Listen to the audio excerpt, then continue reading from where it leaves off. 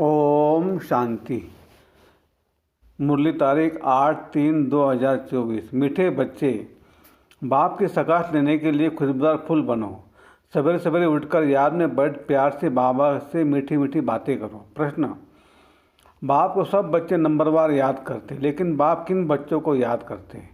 जो बच्चे बहुत मीठे हैं, जिन्हें सर्विस के बिना और कुछ सोचता ही नहीं, जो अति प्रेम से बाप को याद करते, खुशी में प्रेम के आंसू बहाते, ऐसे बच्चों को बाप भी याद करते। बाप की नज़र फूलों तरफ जाती है, कहेंगे फलानी आत्मा बड़ी अच्छी है, यह आत्मा जहाँ सर्विस देखती भागती रहती, अनेकों का कल्याण करती है, तो बाप उसे याद करते हैं। ओम शांति। बाप बैठ सब आत्माओं को समझाते हैं।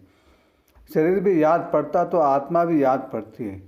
शरीर बिगड़ आत्मा को नहीं याद किया जा सकता। समझा जाता है ये आत्मा अच्छी है, यह बाह्यमुखी है, यह इस दुनिया का सैर आदि करना चाहती है, यह उस दुनिया को भूली हुई है। पहले उनका नाम रूप सामने आता है। फलाने की आत्मा को याद किया जाता है, फलाने की आत्मा अच्छी सर्विस करती है, इनका उद्योग बाबा के साथ है, इनमें यह गुण है। पहले शरीर को याद करने से फिर आत्मा याद आती है। पहले शरीर याद आएगा क्योंकि शरीर बड़ी चीज़ है ना, फिर आत्मा जो सूक्ष्म बहुत छोटी है वह याद आएगी।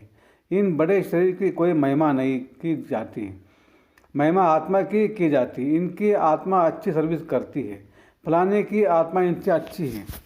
पहले तो शरीर याद आता है, बाप को तो अनेक आत्माओं को याद करना पड़ता है। शरीर का नाम याद नहीं आता, सिर्फ रूप सामने आता है। फलाने की आत्मा कहने शरीर जरूर याद पड़ता है। जैसे समझते हो इस दादा के शरीर में शिव बाबा आते हैं, जानते इनके तन में बाबा है, शरीर जरूर याद पड़ेगा। पूछते हम कैसे याद करें? शिव बाबा को ब्रह्मा तन में याद करें या परमधाम में याद करें? बहुतों को का प्रश्न उठता है। बाबा कहते याद तो आत्मा को ही करना है, परंतु शरीर भी जरूर याद आता है। पहले शरीर भी आत्मा फिर आत्मा। बाबा इनके शरीर में बैठा है तो जरूर शरीर याद आएगा। फलाने शरीर वाली आत्मा में यह गुण है। बाबा भी देखते रहते कौन मुझे याद करते, किसमें बहुत गुण है, किस किस फूल में खुशबू है। फूलों से सबका प्यार होता है। गुलदस्ता बनाते हैं, उसमें राजा रानी प्रजा भिन्न भिन्न फूल पत्ते आदि सब बनाते हैं। बाप की नज़र फूलों की तरफ जाएगी, कहेंगे फलाने की आत्मा बड़ी अच्छी है, बड़ी सर्विस करती है। आत्म अभिमानी में यह बाप को याद करते रहते हैं। जहाँ सर्विस देखते वहाँ भागते हैं। फिर भी सवेरे उठकर याद में बैठते होंगे तो किसको याद करते होंगे? शिव बाबा परमधाम में याद आता होगा या मधुबन में याद आता होगा? बाबा याद आता होगा ना।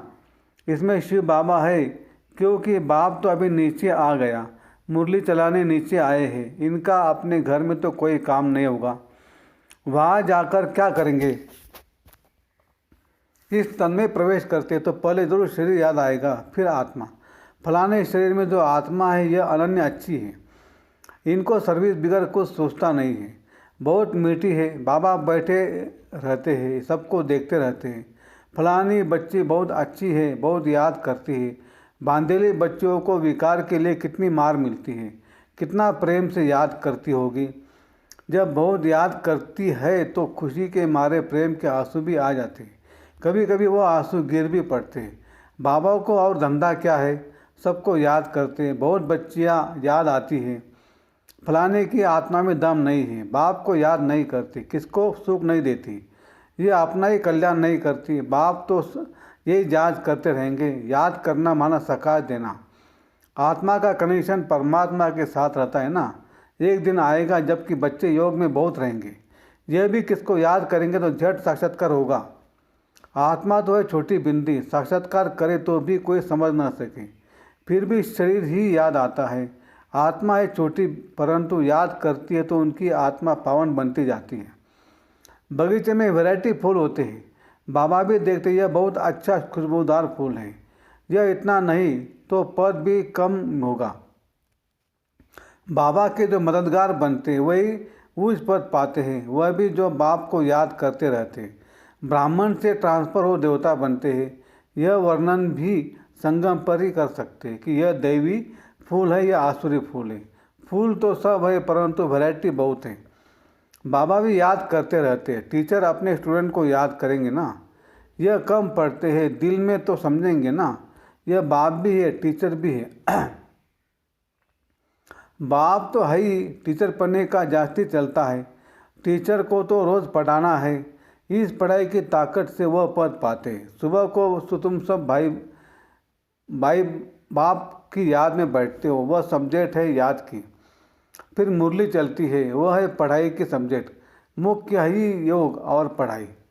उनको ज्ञान और विज्ञान भी कहा जाता है। यह विज्ञान भवन है जहाँ बाप आकर सिखलाते हैं।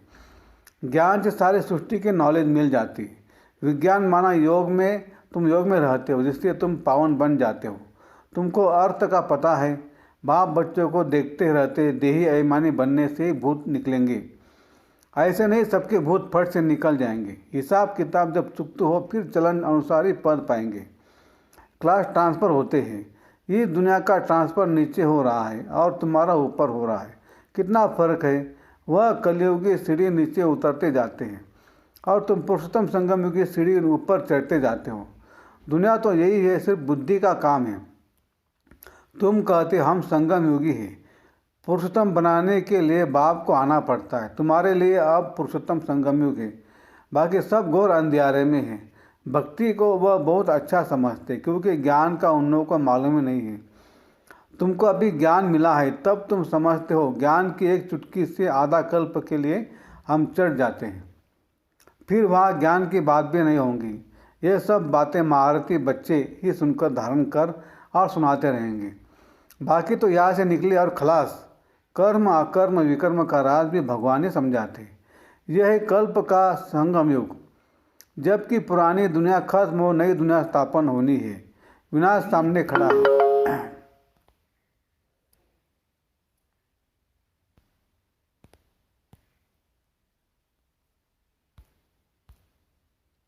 तुम संगम युग पर खड़े हो और मनुष्य के लिए कलयुग चल रहा है। कितना घोर अंधियारा है, गिरते रहते हैं। कोई तो गिराने के निमित्त भी होगा, वह है रावण। इस सभा में वास्तव में कोई पतित बैठ नहीं सकता। पतित वायुमंडल को खराब करेंगे। अगर कोई छिपकर आकर बैठते तो उनको चोट भी लगती है, एकदम गिर पड़ेंगे। ईश्वरी सभा में कोई दैत्य आकर बैठते तो झट पता पड़ेगा। पत्थर बुद्धि तो है ही, बाकी भी पत्थर बुद्धि हो जाएगा। 100 गुना दंड पड़ जाएगा। अपने को नुकसान पहुंचाएंगे। कहते हम देखेंगे, इनको पता पड़ता है। हमको क्या पड़े, जो करेगा सो पाएगा। हमको जानने की ज़रूरत नहीं। बाप से सदैव सच्चा रहना है।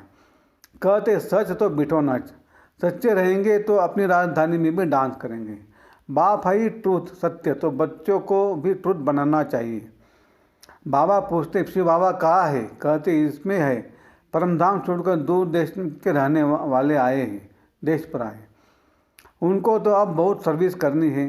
बाप कहते मुझे रात दिन यहाँ सर्विस करनी पड़ती है। संदेशियों को, भक्तों को साक्षात्कार कराना पड़ता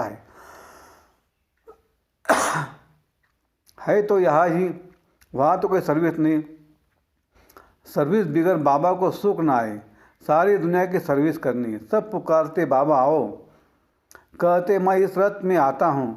उन्होंने फिर घोड़े गाड़ी बना दी है। अब घोड़े गाड़ी में श्री कृष्ण कैसे बैठेंगे? ऐसे भी नहीं कोई शौक होता है घोड़े गाड़ी पर बैठने का। देही अभिमानी और देह अभिमानी बनने की बातें संगम युग पर ही होती है। और सिवाय बाप की यह बातें और कोई समझा नहीं सकते।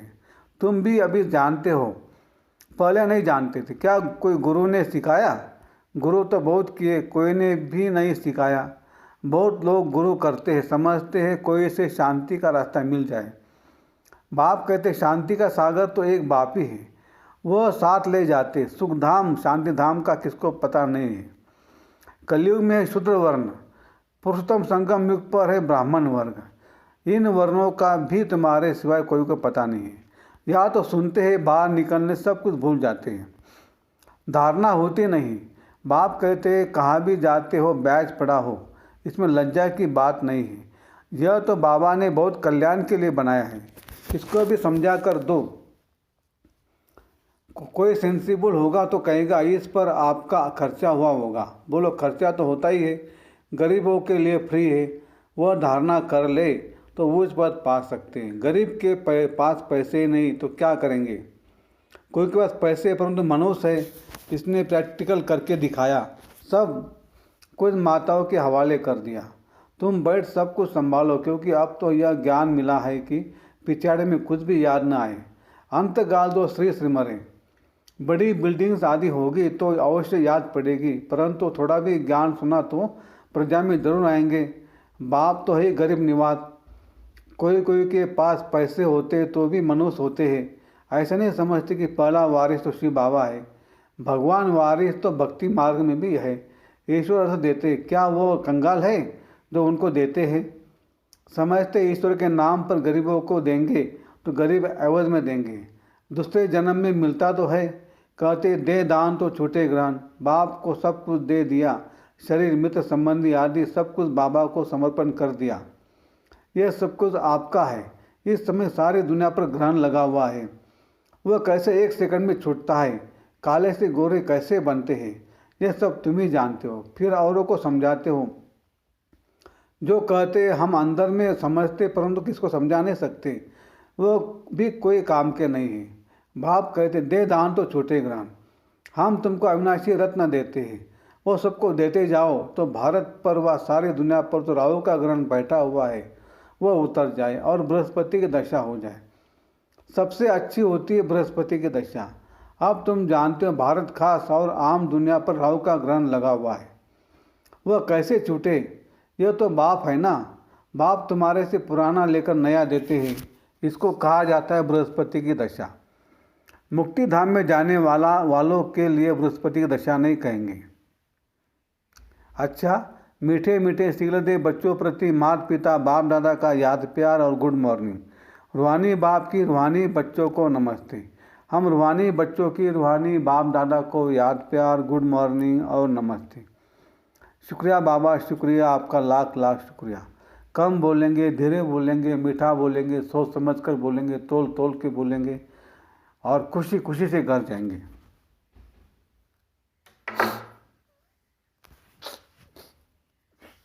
धारणा के लिए मुख्य सार: एक, सदा खुशी में डांस करने के लिए सच्चे बाप से सदा सच्चा रहना है, कुछ भी छिपाना नहीं है। 2, बाप जो अविनाशी रत्न देते वह सबको बांटने हैं। साथ साथ शिव बाबा को अपना वारिस बनाकर सब कुछ सफल करना है, इसमें मनुष्य नहीं बनना है। वरदान: बिंदु और बूंद के महत्व को समझ अपनी श्रेष्ठ स्थिति बनाने वाले सिद्धि स्वरूप भव। शिव परमात्मा की पूजा में एक बिंदु की विशेषता है, दूसरी बूंद बूंद की विशेषता है। दोनों का अपना महत्व है। आत्मा, परमात्मा और प्रकृति का यह खेल अर्थात ड्रामा, तीनों का ज्ञान प्रैक्टिकल लाइफ में बिंदु ही अनुभव होता है और बूंद है शुद्ध संकल्पों की स्मृति, जिससे मिलन की सिद्धि का अनुभव होता है। रूरियान में प्राप्तियों की शीतल बूंदें बाप पर डालते हो, इसी से ही श्रेष्ठ स्थिति बन जाती है। इसी का यादगार भक्ति में भी चला आता है। स्लोगन: ज़्यादा बोलने से दिमाग की एनर्जी कम हो जाती है, इसलिए शॉर्ट और स्वीट बोलो। अच्छा, ओम शांति शांति शांति। शुक्रिया बाबा, शुक्रिया आपका, लाख लाख शुक्रिया। Thank you thank you thank you.